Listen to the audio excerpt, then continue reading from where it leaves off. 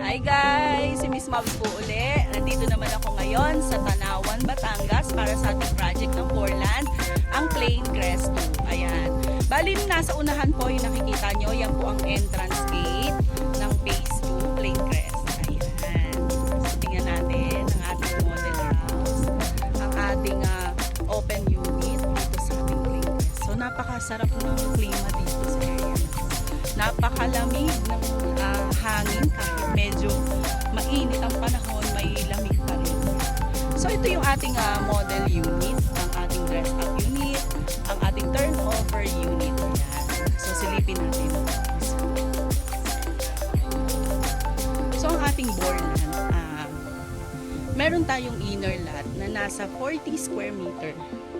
Ito po yung ating sample turnover unit. Ayan.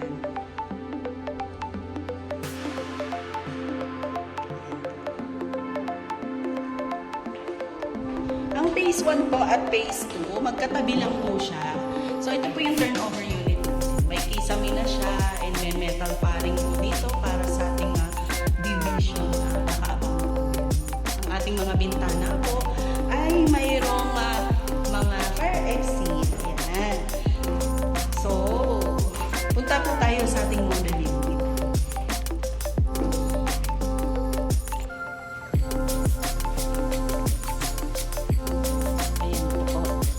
Sa ating dressed up unit ng ating Foreland project dito sa Tanawan, Batangas. Pasok po tayo. So ito po, minimalist lang yung ginawang improvement. Parang pwede natin gayahin kahit low budget lang tayo. So ito po yung nilagyan lang ng tiles, paint, and ito pong mga modular cabinets na very minimalist lang. Ang CR po nila ay as is na po. Ang turnover, same po yan. Ayan. Yung likod po natin, ganito pong space para sa ating laundry and cooking dirty kitchen. Yan, pwede pala yan mag-dirty kitchen tayo dyan. And then, ang hagdanan, nilagyan lang po siya ng vinyl. Ayan. Ito po ay ginawang 3-bedroom partition. Kasya po siya, yes. Kasya po. And nilagyan din po ng maliit na modular cabinet dito. Yan. And then, ang partition po ganito. First bedroom, then second bedroom po. Nilagyan po natin ng double deck dyan. Third bedroom po dito. May option kayo sa third bedroom. Pwedeng gawing bedroom. Pwede rin po siyang office and pwede rin po siyang dressing room. Yan. Ayan.